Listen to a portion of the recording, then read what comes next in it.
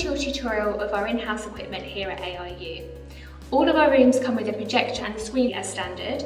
Some of our rooms also come with microphones. When you first come into the room, come up to the lectern and stand in front of the panel.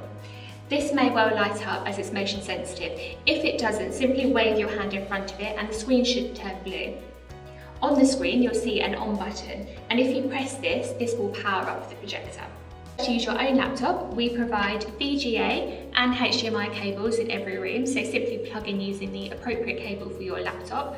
Once you've selected to use a laptop, simply select the source on the touchscreen panel. It says laptop, or if you're using HDMI cable, click on the HDMI button. If your room has lecture microphones, these may already be turned on. If they're not, simply press the button at the bottom of the microphone.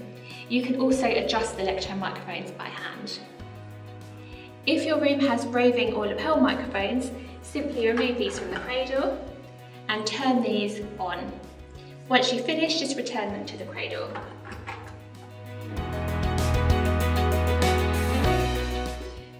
Every room comes with a phone for internal phone calls, so if you need to contact IT, security, or your ARU event coordinator, you can contact us at any time throughout your event.